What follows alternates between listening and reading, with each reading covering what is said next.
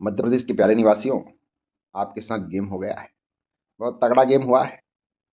ऐसा गेम जिसकी आप कल्पना भी नहीं कर सकते।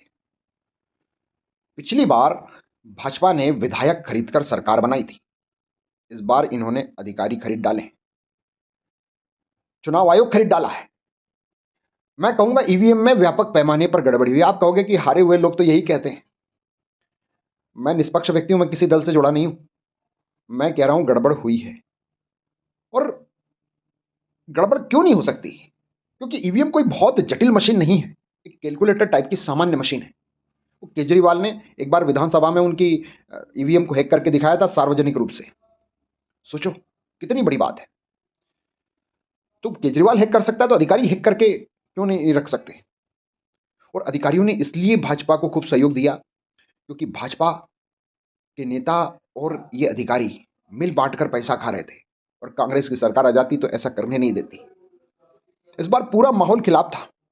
किसान इनके खिलाफ था। फसलों की तुलाई पर पैसा देना पड़ रहा था। भाव सही मिल नहीं रहे थे। स्टूडेंट नाराज था।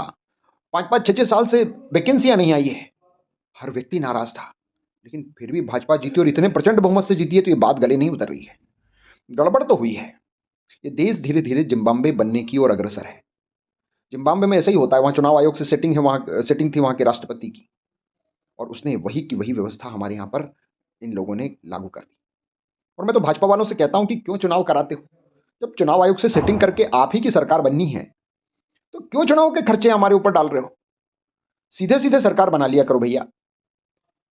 और मैं मध्य प्रदेश के लोगों से कह रहा हूं कि ऐसे घर बैठने से, एक दूसरे पर आरोप लगाने से, किसी को दोष देने से, भाग्य को कोसने से कुछ नहीं होगा। कोई बदलाव नहीं होगा। आगे भी ऐसा ही होता रहेगा। कभी परिवर्तन नहीं हो पाएगा। और धांधलीबाज लोग हमेशा सरकार बनाएंगे। इसलिए आवश्यक है कि एक विद्रोह किया जाए। विरोध होना जरूरी है।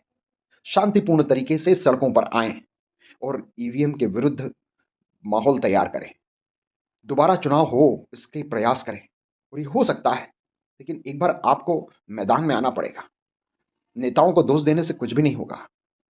क्योंकि जो कौम संघर्ष करना भूल जाती है, जो लड़ना भूल जाती है, वही धीरे धीरे गुलाम हो जाती है। आपको अच्छा भविष्य चाहिए अपने बच्चों का, तो एक बार विद्रोह करना पड़ेगा। जरूरी है। इस देश में इसके बगैर व्यवस्था परिवर्तन नहीं हो सकता। कभी कुछ सुधार नहीं हो सकता।